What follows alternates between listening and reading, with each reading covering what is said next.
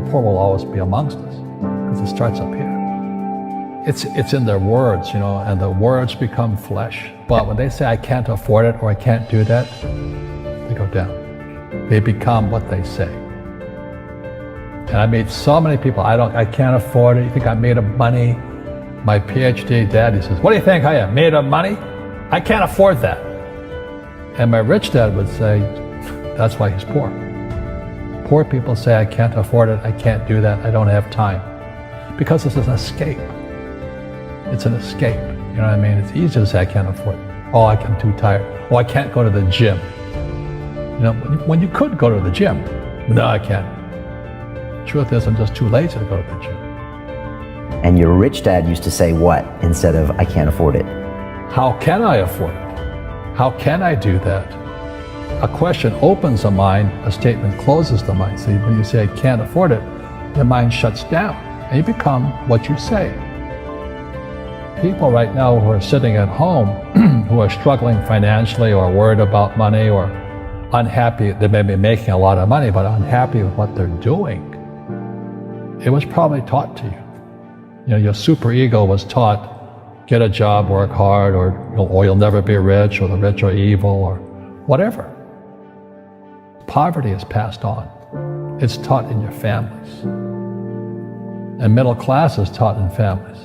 And until you change your mindset, Correct. Money won't help you, right? Correct. And we see that with people that win the lottery, people that make more money, they still have the same problem. Right. Because they have that poor man's soul. Correct. If you're poor, you'll always be poor.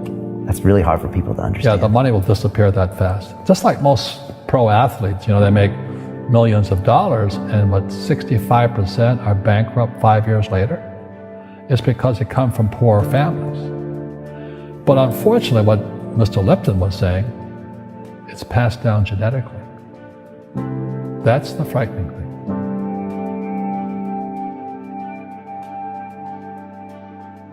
If you don't want to learn it, I can't help you. I have bad luck too. I've had financial crashes. I've had people stab me in the back, but they're all good because I grow from it. And that's spirituality. People who are afraid of making mistakes, like they teach in school, they don't ever grow.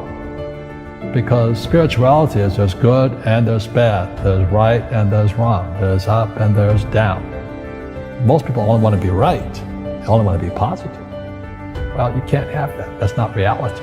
And the average person, the reason they're poor is they haven't failed. They play it so safe.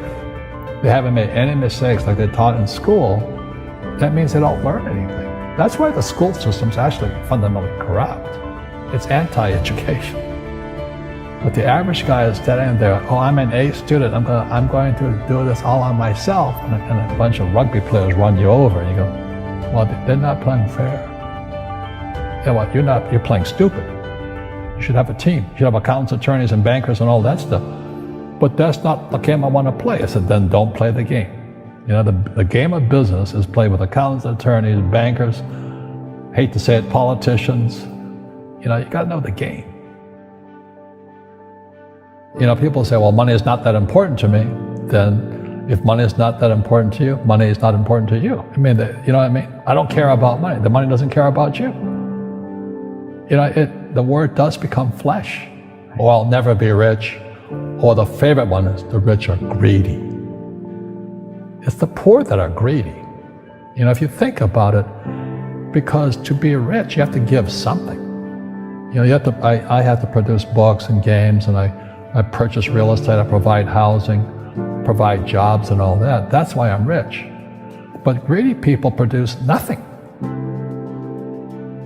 Einstein said, imagination is more important than knowledge, but knowledge empowers imagination.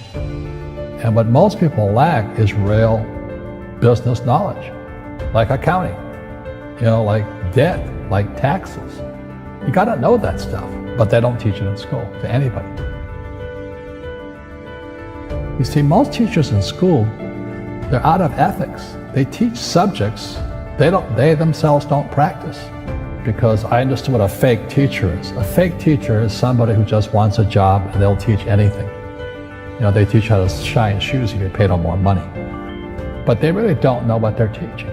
In life, One of the things I suggest to people, you got to find a real teacher versus a fake teacher. And a fake teacher is somebody who doesn't do what they teach.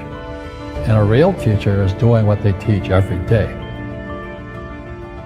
Our school systems are making our students weaker.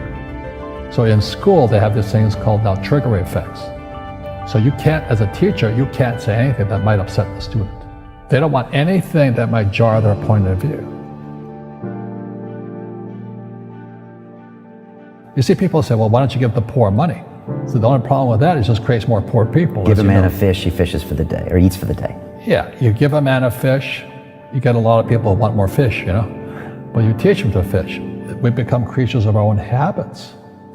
And until we break the habit, we don't change. Our schools don't teach that. Our schools teach almost the exact opposite of that.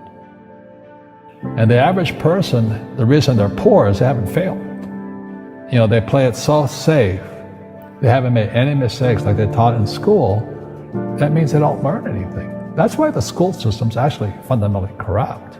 It's anti-education. So what I say to young people is you find your game.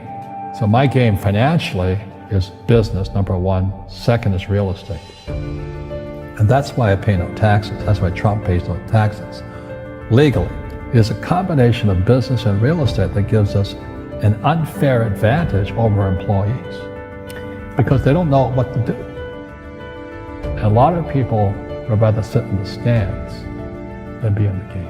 One of the greatest ways to acquire great wealth is playing Monopoly in real life. 4 greenhouses, 1 red hotel. But is that all there is? That's it.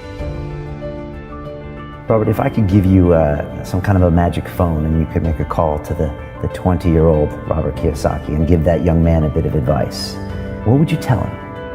I would just say keep going. Just do what you have to do. Just, live it to the fullest, which I did. Nothing I ever did made sense. Now, could you imagine quitting a $120,000 a year job for $200 a month to go fight in Vietnam and almost die? It didn't make sense, but it was the best decision I made at that time. And I think what most people do is they let their parents or their friends talk them out of life. So afraid of failing. But failing is how we succeed. You look at guys like Edison and all that. They failed like 1,014 times before he invented the light bulb. Our schools punish you for making mistakes. That's why we have so many people who are so afraid of admitting they make mistakes or afraid of failing.